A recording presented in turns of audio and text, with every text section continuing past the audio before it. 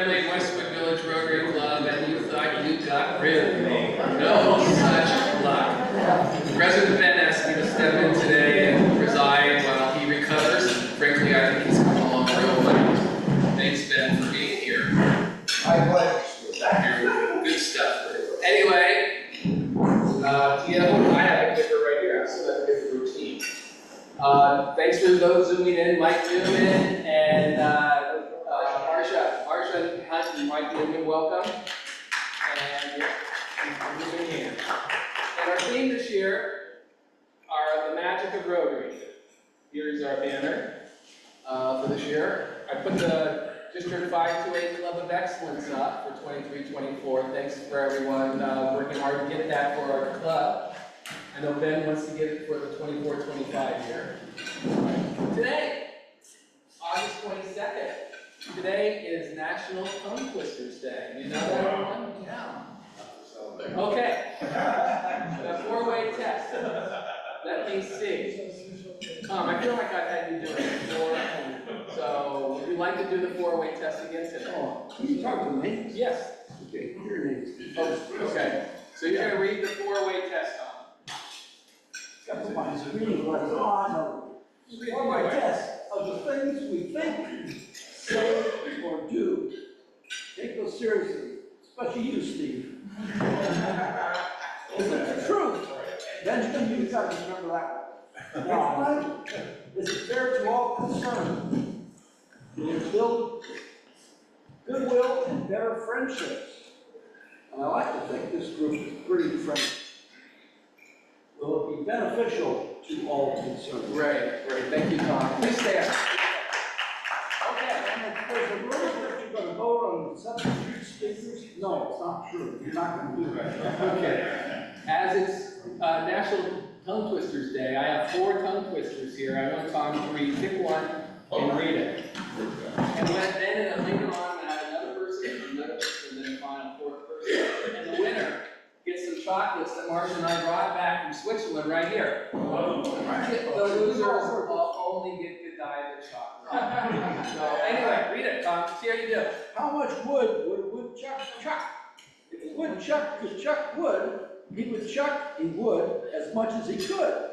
And chuck as much wood as a woodchuck would if the woodchuck could chuck wood. Oh, damn good. We'll be voting in a few minutes. He might be our winner. Okay, moving on. Our greeter today, Jim Crane. Thank you, Jim. And the pledge today by Janet Schwartz. Janet, would you like to lead us in the pledge? Flag is in the corner. Put your hand over your heart. I pledge allegiance to the flag of the United States of America and to the republic for which it stands, one nation, under God, indivisible, with liberty and justice for all. Thank you, Janet. And next we have, of course, Past President Chris Gaynor with today's thought of the day. Well, President Ben has decided to forgo the song for today.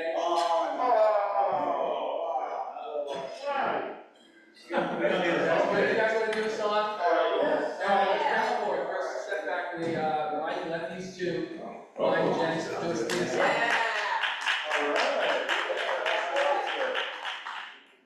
Today we're going to sing. God bless America. Yeah. God bless America, land that I love. Stand beside her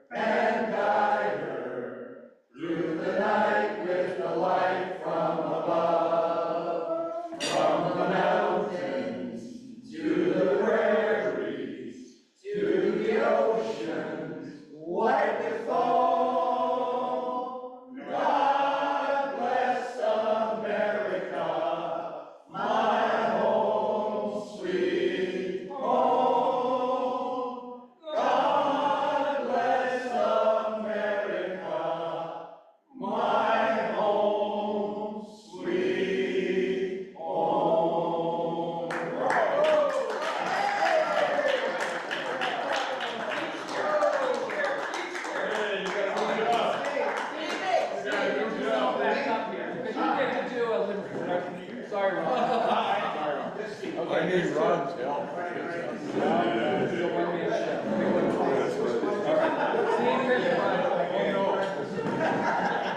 This one belongs to Gordon. Yeah, this is Gordon's. No, it's the issue.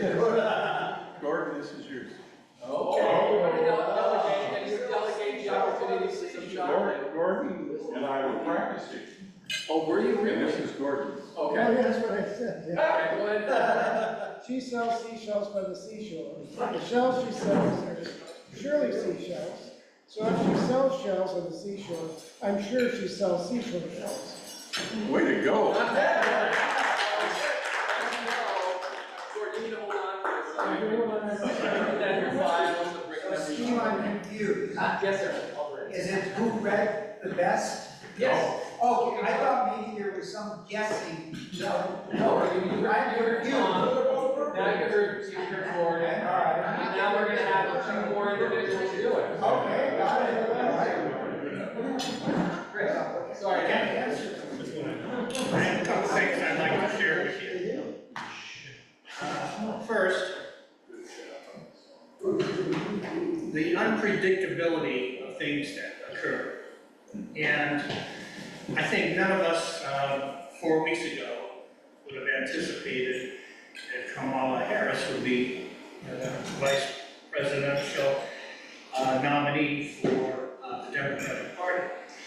I don't think anybody would have anticipated that the momentum for the Republican convention had, switched completely, and they didn't anticipate what was going to happen. Similarly, I don't think any of us really knew too much about Tim Walz, and yet he is now the nominated vice president. So the unpredictability of things that can occur. So 22 days ago,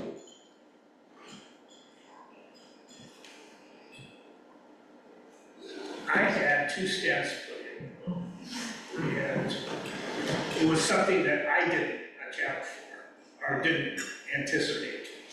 So I want to share with you my experience, so perhaps some of you might benefit from it. I'm fit. I exercise religiously. I'm on the elliptical 55 minutes, 5 days a week, which is like a stress echo. Never did I feel any discomfort whatsoever. Yet, when I was playing pickleball and tennis, I had some shortness of breath. And it never occurred to me it could be something more serious. So I played through it, and it got progressively worse. I was more short of breath. After a game, I would have to sit down, and then it would go away. But when I would play, and then it would come back. So it continued for several weeks until one day I'm on the elliptical, and after 10 minutes I had to get off. So then I decided, all right, I'll go for a walk. Well, where we live, it's very hilly, and I had to stop 3 times during the walk. So finally, it dawned on me, I better go see the doctor. And so we're fortunate I'm able to get in the next day. She does some blood tests, and she says you have a marker that something's going on. So she took this one blood test as a companion, and if 5 and below is normal, anything over 5 signals that there could be something going on. So we got the cardiologist involved, and on a Monday, I went in for an echocardiogram, and he scheduled the CT angiogram for the next day. The echocardiogram showed everything was fine with the heart. No heart attack. I didn't play through a heart attack experiencing whatever I was. But the CT angiogram showed an 80% blockage in my left anterior descending artery. So 1 week later, they did the angiogram in the hospital, And I got a stent for that, and while they were in there, there was a branch artery off the LAD that was pink because of the blockage, they put the stent in there. So, if you ask me, what were your symptoms? I didn't have an elephant sitting on me. The only symptom I really felt was shortness of breath, and it would go away with no exercise. I didn't feel anything in my jaw, I didn't feel anything in my arm, and the doctor was complimentary, and he said, it's a good thing you're in shape. This could have had an entirely different result otherwise. So, I just wanted to share that with you because prior to this occurring to me, I never anticipated that I would be a recipient of it, being in such good shape, and I watched my diet. So, if there's any questions that you might have, yes. When was it, the time you had the stents, that you started to have shortness of breath? 3 months, 6 months, or what? Oh, weeks. Just a matter of weeks. Weeks. Yeah, and I mean, I was on the elliptical, repeating myself for 55 minutes. And that's always been my marker for is there anything going on? Nothing. But then when I started playing pickleball, and it didn't go away, I just ignored it. And I'm asking the doctor to think through, minor heart attack. They said when they looked at the echocardiogram, there was nothing, no evidence of anything. Thank you, sir. So, with all this in mind, let's go back to the politics, and I want to say, let's bow our heads, and let's keep a good thought for the politics in our country, that we can somehow survive this upcoming 76 days, that we get through with a result that everybody will abide by, and dear God, please intervene, because we have too much division in this country. Amen. I'd just like to make one comment. I found out the other day that one of our sons-in-law went to high school with Waltz's wife. Really? So they were in the same graduating class, and they knew each other quite well. So if something further happens, I'll keep everybody. All right, Chris, you stay right here. You guys have all that. I don't want to read. All right, well, I got other victims, potential victims. We always have the option to opt out. We always have an option if I was still president. But that's okay. All right, thank you, Diane, in absentia. She'll watch the video and do today's windmill. Visiting Rotarians, I don't think we need any longer, but we're in that 14-day period. Bob Simon, hi, how are you? Good seeing you. Welcome back. You're a 14 years member. In the 14-day period when we all offer our comments about this potential new member. I'm sure it will be built. It's all good though.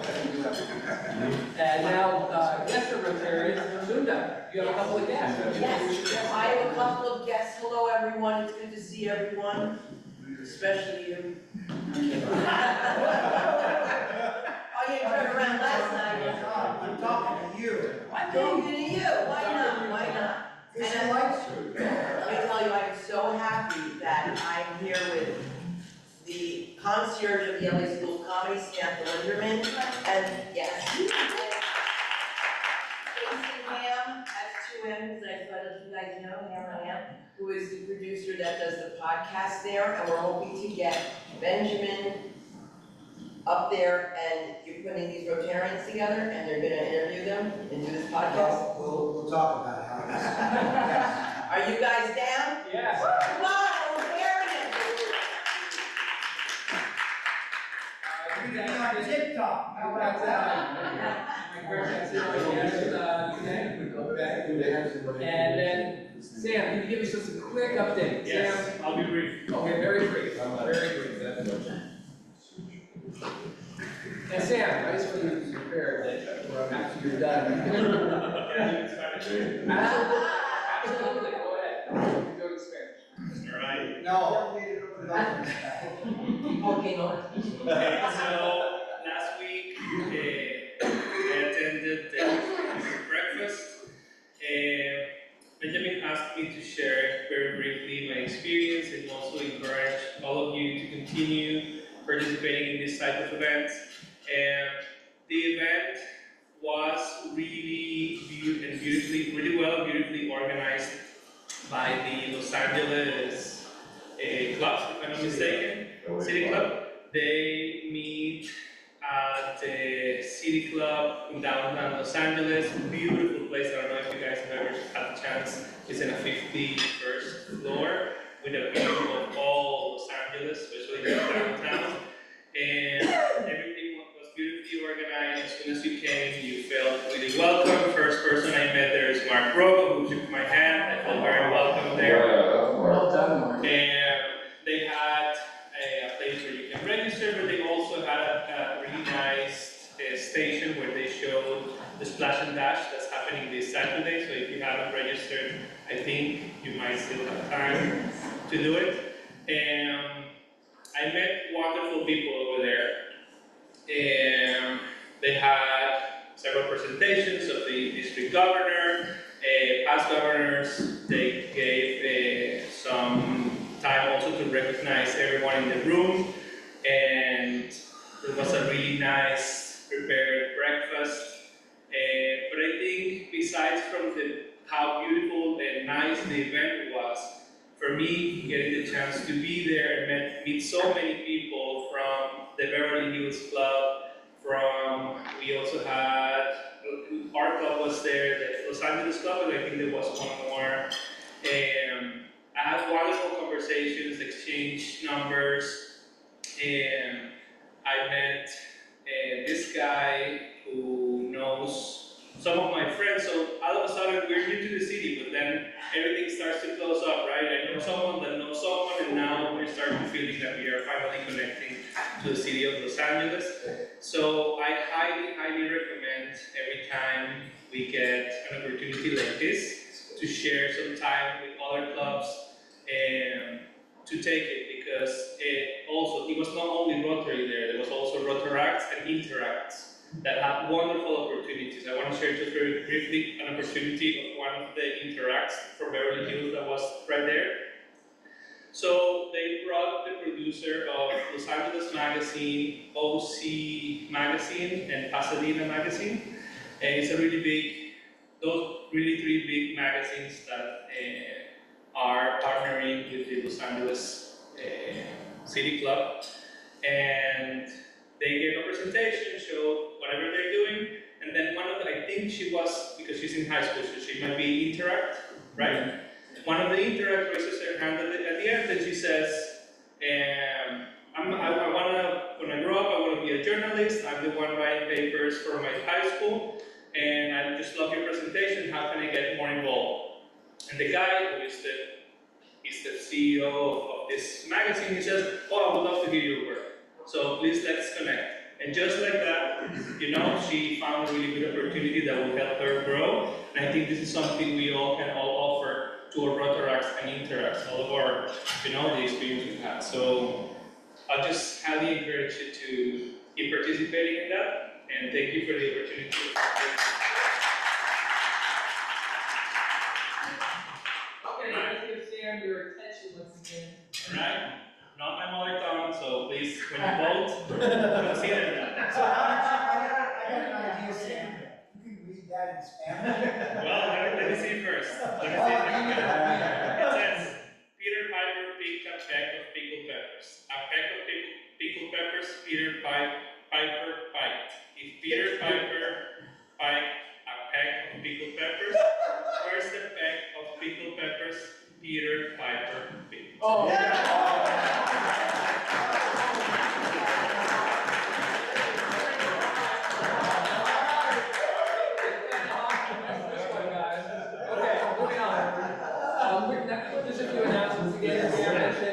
Saturday is the Seaside Splash and Dash down in Redondo Beach. The second is the first humanitarian trip this year. It's to Maui. So if you're interested, sign up, go on the district website. Saturday, November 2nd is district, annual District 5280 Foundation Celebration. It'll be at SoFi Stadium from 12 noon to 4 p.m. As your foundation chair, I'm encouraging everyone, as I've done for all the many years that I've had the honor to be that foundation chair, get your raffle tickets. I already received from Mark Rogo his check for Lyndon himself, so we're well on our way to our goals that we always set, which is to do better than the prior year. Tom, Steve, are you gonna bring the raffle tickets here? I have some raffle tickets right now, matter of fact. All right. So there's two, as we've done in the past, there's different ways we can get this accomplished. The simplest way is you guys bring me a check to the Rotary Foundation for 100, if you want one book, again, each book has 12 tickets, they cost $100. Check to the Rotary Foundation, I'll do the rest. Versus you go all the way onto the district website, link in there, you can have the tickets printed, so you can then PDF them to Tori at the district office, charge the $100 or $200 if you're buying 2 books or however many books you want. And you can charge it, and you can do it all on the website, and some of us are very efficient with that, others of us would rather just write a check. So Tom, if you want, just don't bother filling out checks, just write a check to me. I'm filling out raffle tickets. Just write the check to me. Rotary Foundation. So it's not to me, not to me, it's to me. On that, good job, Tom, to the Rotary Foundation, and I'll take care of the rest. So Well, you know what? good Tom, catch. Tom, if I was up there and said that, you would think it's real, right? Anyway, and also event tickets are available as well. I've been to SoFi 4 times, 1 concert, 2 football games, and touring SoFi. And taking a tour of SoFi is so much fun. You see everything, it's such a big difference. What do you win? What is the winning prize? The winning prizes on the raffle tickets is probably standard. Gordon, don't we normally have like 5? Oh, here we go. First prize is $2,500. Second prize is $1,000. Third prize is $500. Okay. There we go. Anyway, Mark, we're gonna put that off to next week, because that makes it very much shorter time. Thank you. Last though, I want to give, we're right at the end of this contest, and I want to have our last participant read it. And guys, what's special about this one is Marcia prepared it. This is not a standard peer library. This is going to be read by our returned president, who seems to be doing really well. So, Mr. President, may I ask you to read the tongue twister as prepared by Marcia Day? Okay, there you go. Oh, this is perfect. Robbed, retired, Rotarian, Roger, Matt, Jet, retorts, reports, ruckus, Rotarian reunion, ravaged, Red River Resort, really? Wrinkle, Ruby Roses.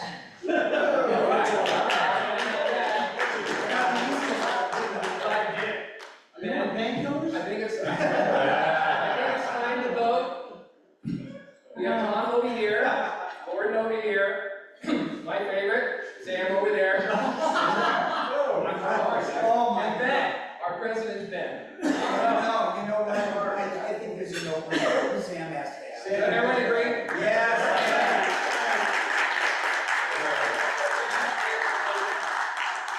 Sam, come over and get your prize.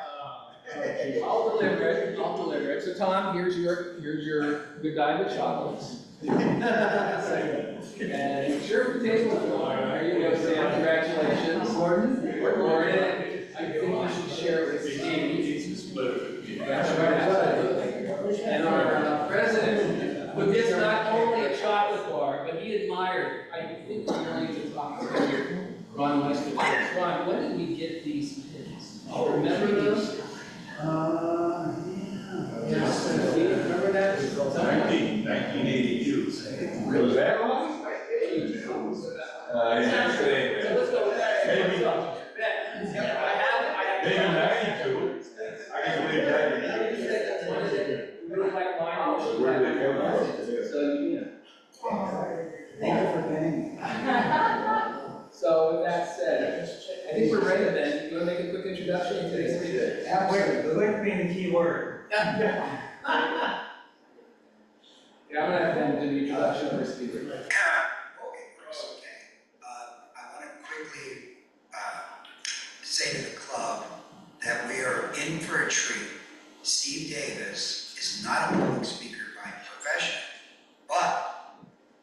everybody owns Summit Project Management, and what is it? And who is it? I think that would be the subject of this presentation. So without further ado, let's welcome Steve to the dais.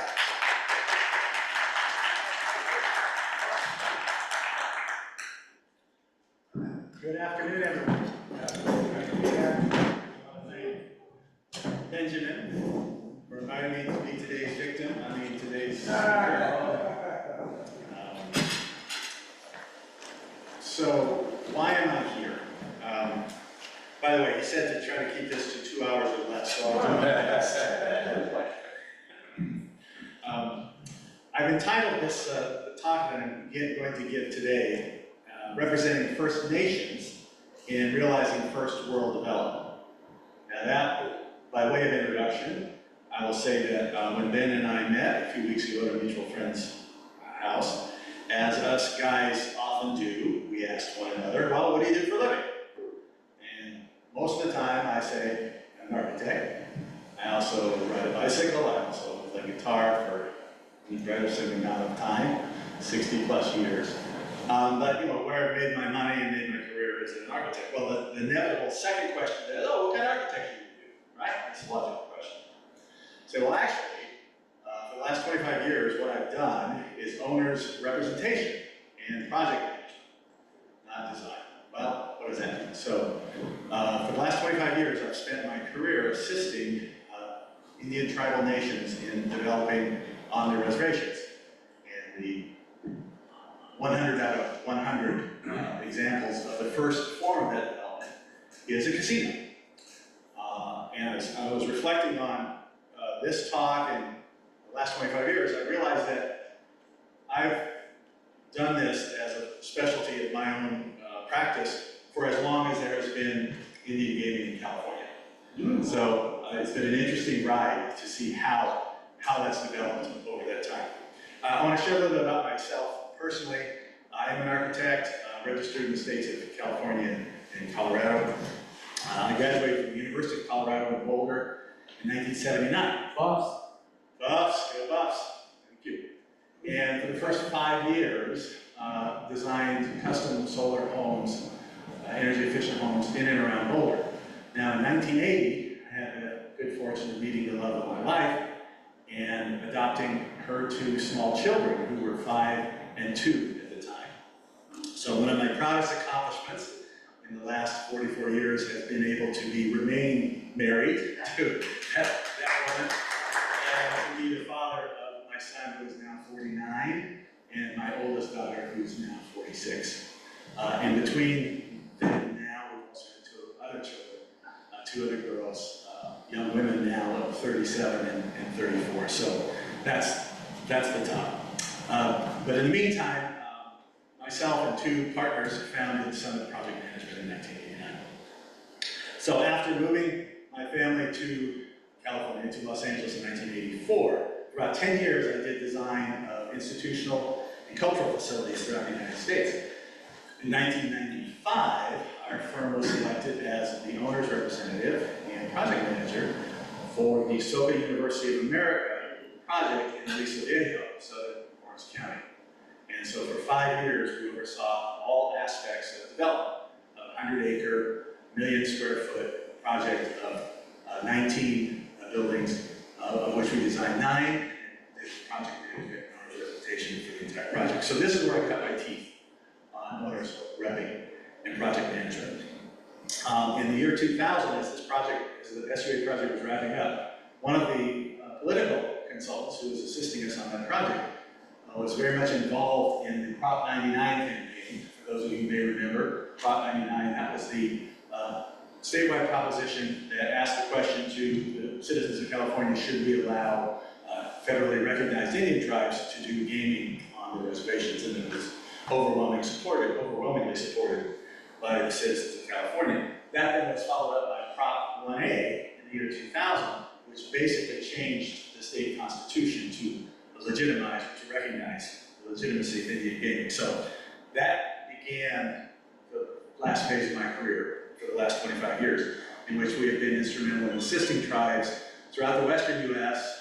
In developing more than $2 million of projects within their reservations.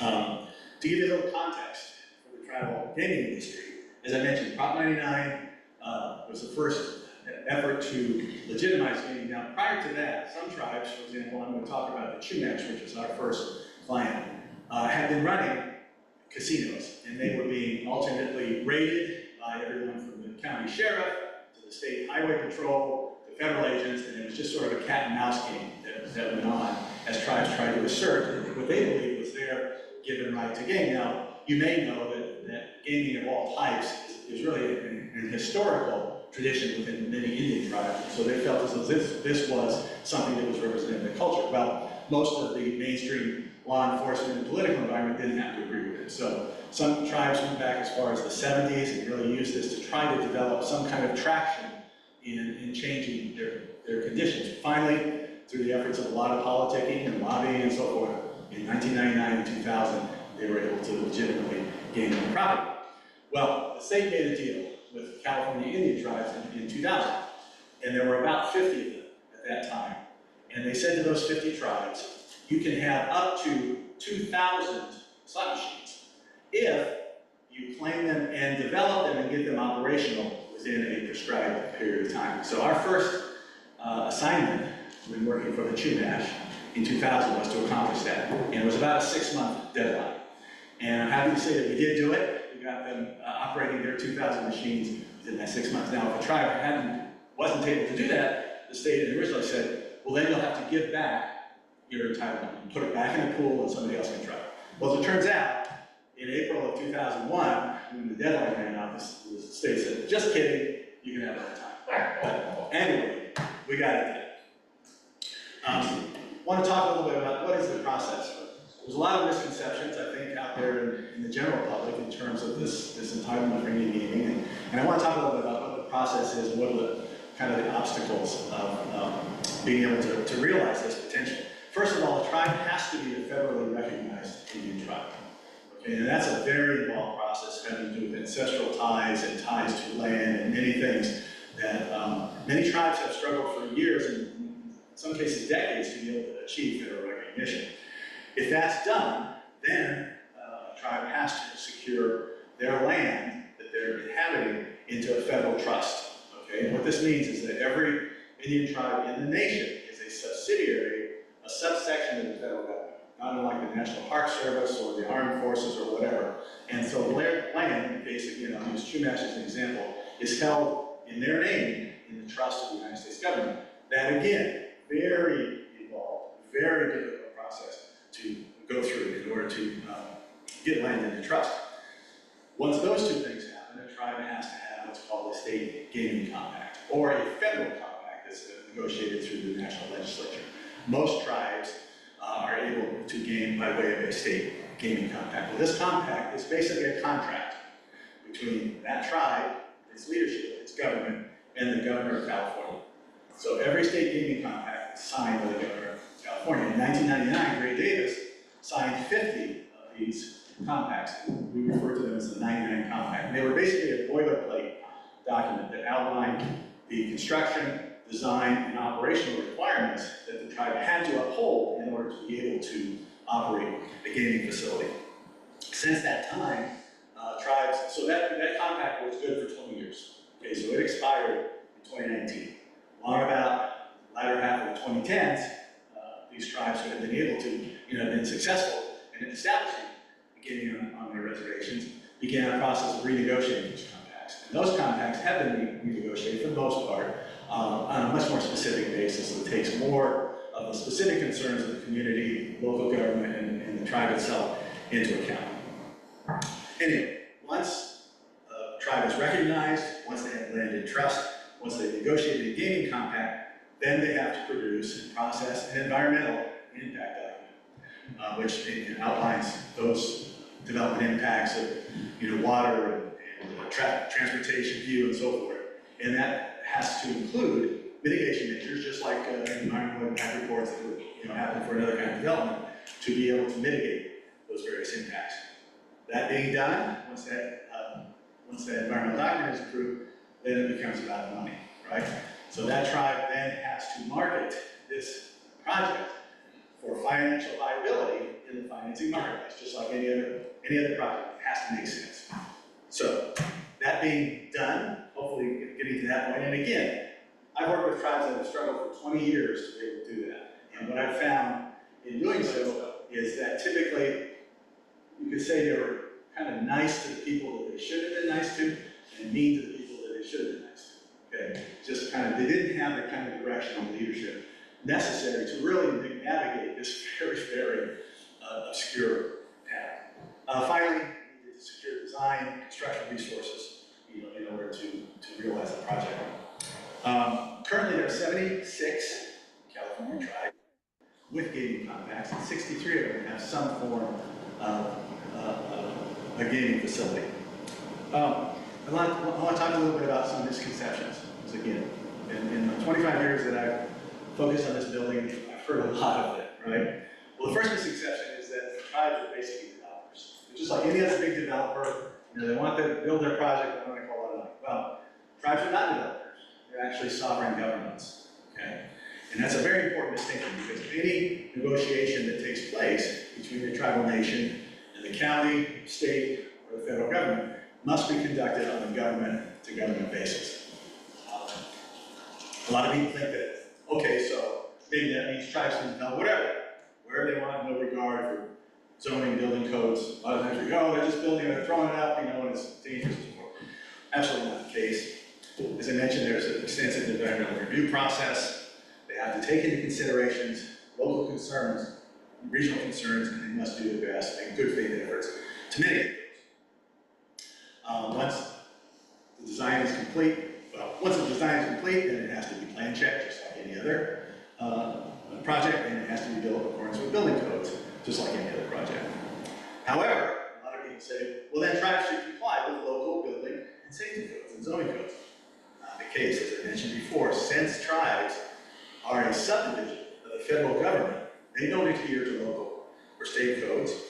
Rather, like the National Park Service, Armed Services, and so forth, there is a federal regulatory process that governs the development, governs the design, and governs the construction. Plan check and inspection is done using private consultants, which are managed by the team, by myself in this case. And it's interesting, a lot of small jurisdictions do the same thing. There are professional corporations out there that do plan checking and do inspections, and they'll work for small counties, work for small cities, and so it's a very analogous process to that. Talk a little bit about what I do, what I have done for tribes in the last 25 years. The first thing is to assess viability. Okay? Assess the market feasibility. Is this thing got wings? Is it going to fly? Is it a vanity project? How do we right size it so that it will be successful economically? How do we project accurately development, operating costs? How do we coordinate with potential financiers to secure the financing to build them? These are all part of the owner's representative. Basically, we need to manage champagne budgets, champagne tastes, and beer budgets, just like anybody else, to make sure the garden gets vanity projects and things that are bound to fall on their face due to unrealistic expectations. We need to prioritize the key elements. Obviously, probably goes without saying, the casino itself, the gaming enterprise, is the engine. That's the economic engine that starts from there. Generally, we see hospitality projects, hotels, and then from there, other elements as well. Building the team that's the right size, the right capacity, the right experience to realize that project is another challenge. A small project needs the right size architect, contracting force, group of consultants. $300, $400, $500 million projects have a different level of talent that needs to be utilized, and so it's important to know what the market is and how to manage the different folks. Developing a comprehensive project budget and schedule is a big part of what I do. A lot of people know, I guess it's pretty obvious, any project you're going to build, whether it's in addition to your home or whatever, you need somebody to design it, you need an architect, right? And you need somebody to build it, a contractor. What a lot of people don't realize is that combined, those two resources maybe cover about 2/3 to 3/4 of the overall scope and requirements of the project.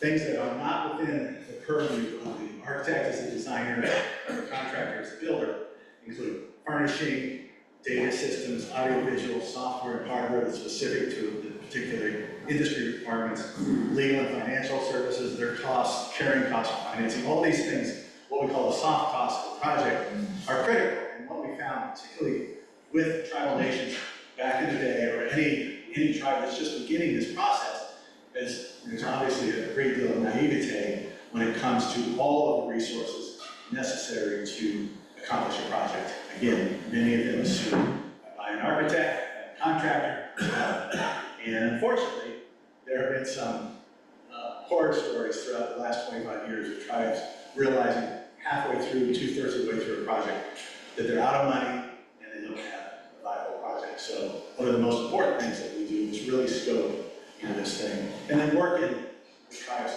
best interest. And I will just say, 25 years ago, looking like me was not necessarily the easiest way to gain the trust of Native people. I feel you. Right? My two partners happened to be Asian, one Japanese and one Chinese. And so there was some dialogue in the very beginning with our tribal owners, stakeholders, about the commonality between, traveling across the Bering Strait, from Asia to North America and so forth. And it took time to gain some trust. Having worked in this field for 25 years, I'm very, very proud to say that trust has now been shared from tribe to tribe to tribe, because they know that what we do has always been in their best interest first, and in the best interest of the project. And sometimes that means we need to kind of keep the owner a little bit under control as well. They can be their own worst enemy, as any owner can. Anybody who's doing a home house remodel, right? Be honest with yourself. It's like, oh, right, it's a full-scale mock-up, You get it built and go, yeah, that was going to be like this, or that was going to be like that. Imagine that on a $100 or $200 million scale. So our coordination and leadership of the project design team and construction activities from the first sketch to opening the doors, is critical in order to avoid needless confrontation, bad assumptions, unrealistic expectations, and so forth, and managing the tribe, the owners themselves, because there's a lot of layers depending on the particular tribal governmental structure, from the operating team to tribal government. How to keep everybody on the same page, marching to the same drum is pretty critical, especially on those projects in those tribes for which this is really something new. We're talking about folks, again, who less than a generation ago, many of whom were living in third world conditions. I've tried client of mine for the last 15 years in San Diego County, people my age, literally drinking from the stream, going to an outhouse, living in shacks, and now having a decent, wonderful first world life along with their beginning.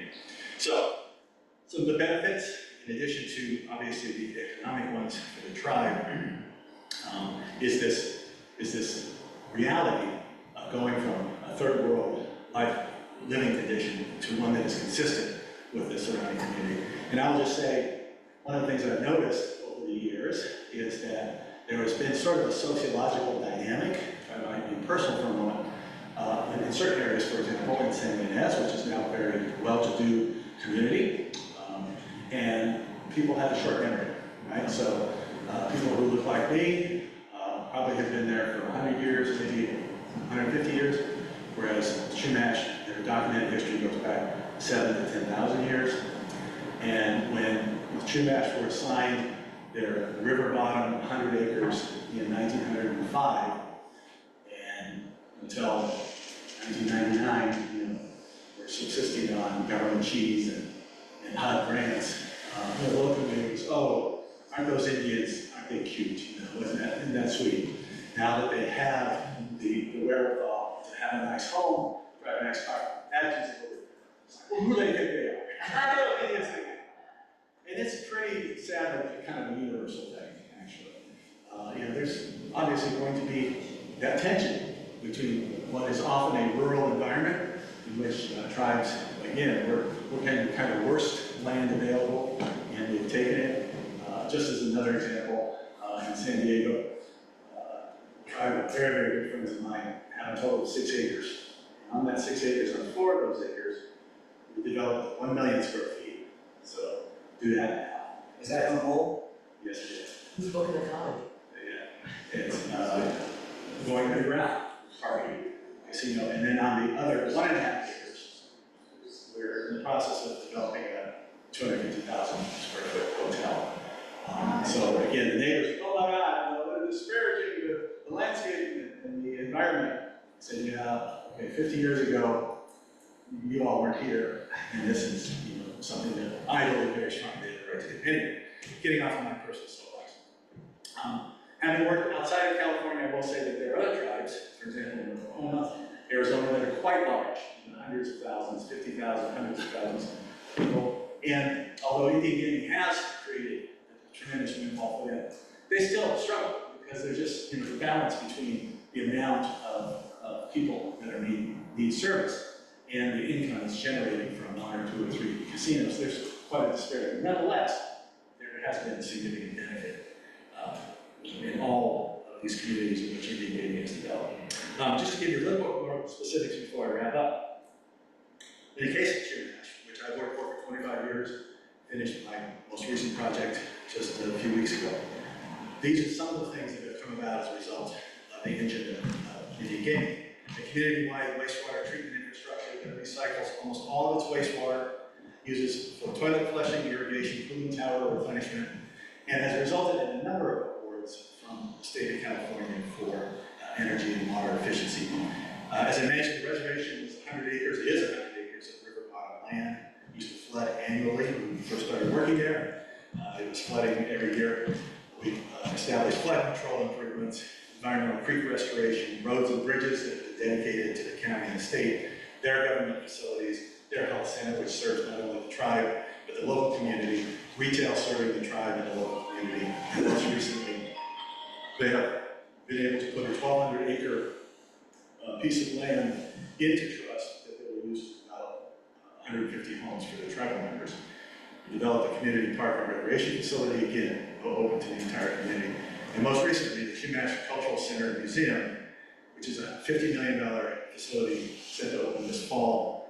It was designed by the architects of the Smithsonian Native American Museum in Washington, D.C., and it will house artifacts and tell the 7,000-year history of the Chumash in Central California. So these benefits you see throughout the surrounding community. Chumash provides scholarships not only for its own membership, but for local students. And you can see the same pattern throughout the state of California. So, in conclusion, you can see I'm a big fan of tribal gaming. I will tell you, I'm not a gambler myself. I personally won't set foot in a casino unless I'm working it. That's just me. But thank God for anybody who does. We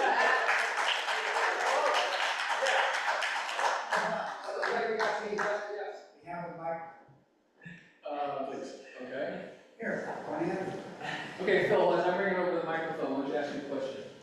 Does he have any stats?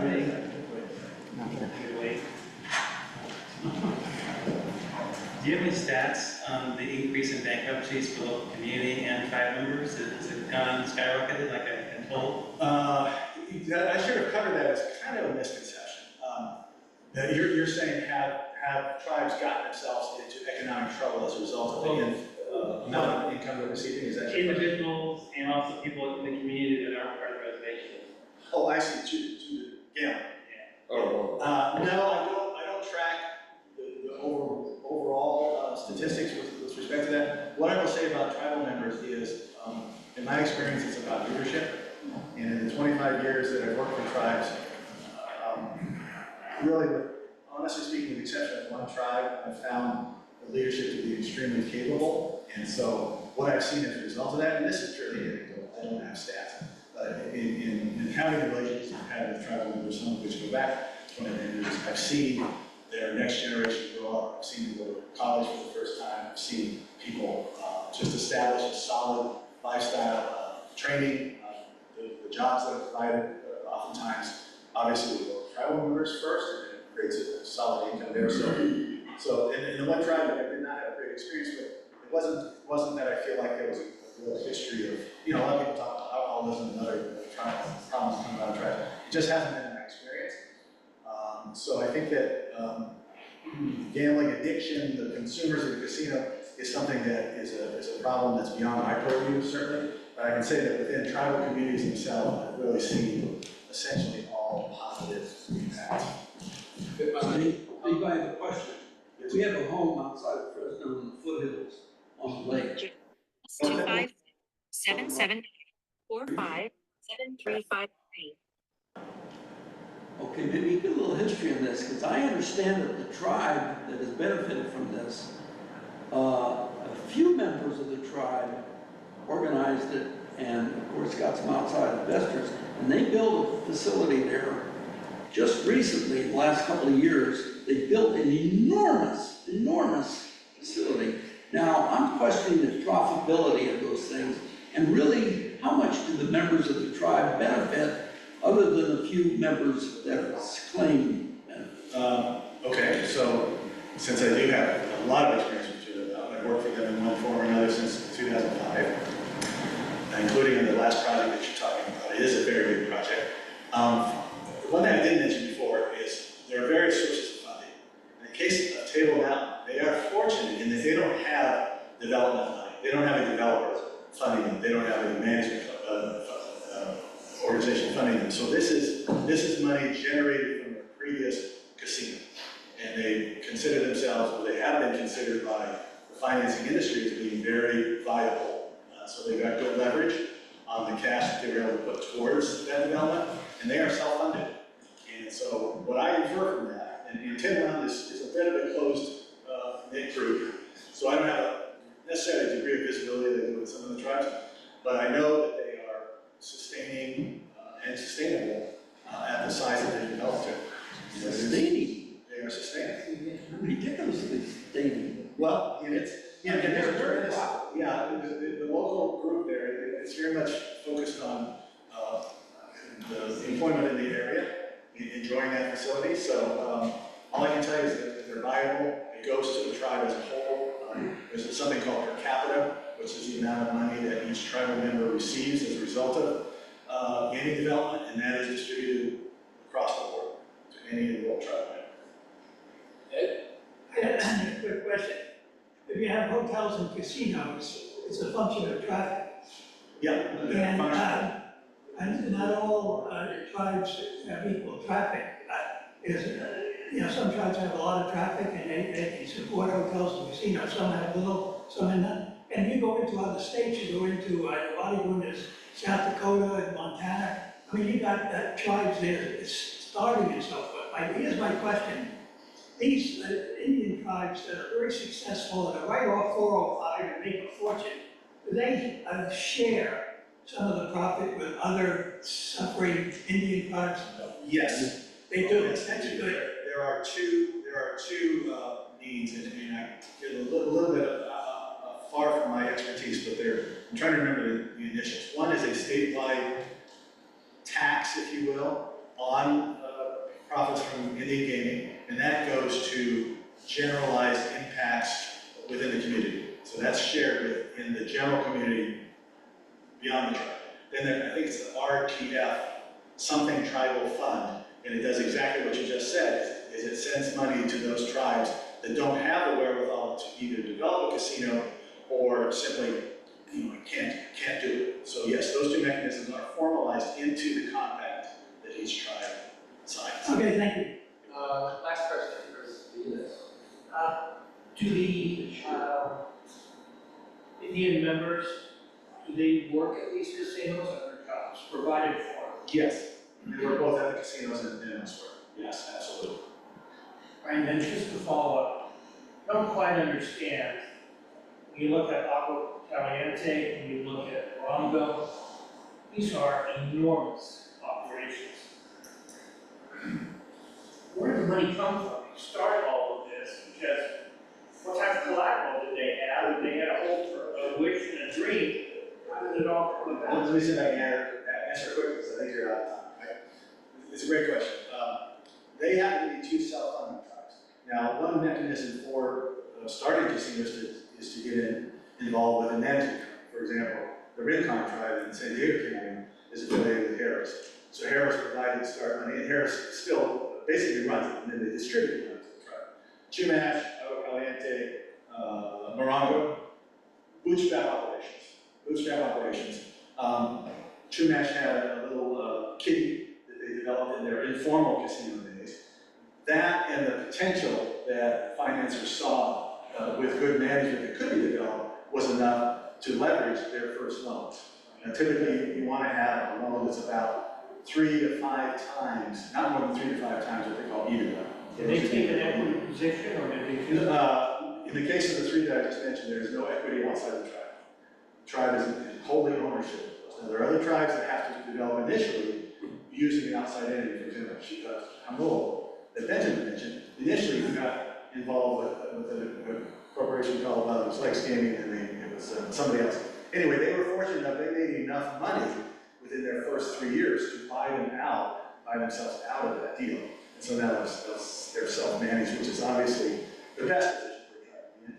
But getting there somehow is sort of, that's the idea. It's about leverage and it's about potential. And if the finance company sees, look, I can see the profit potential or the gross income potential 3 to 5 times what your operating costs are going to be, what your EBITDA is, then yes, I'm in. Okay, so I was gonna ask, are you part of that management team that gets a percentage at the end, or you just hired as a contract? Absolutely no equity position within any of the developments. We work for one entity, which is it, which is the Indian Tribe. That's all we've ever done, that's all we've ever done. Well, that puts you in a different position then. Yeah, we're we just fee for service, we just give our best to the client to try to make it successful. Perfect. All right, well,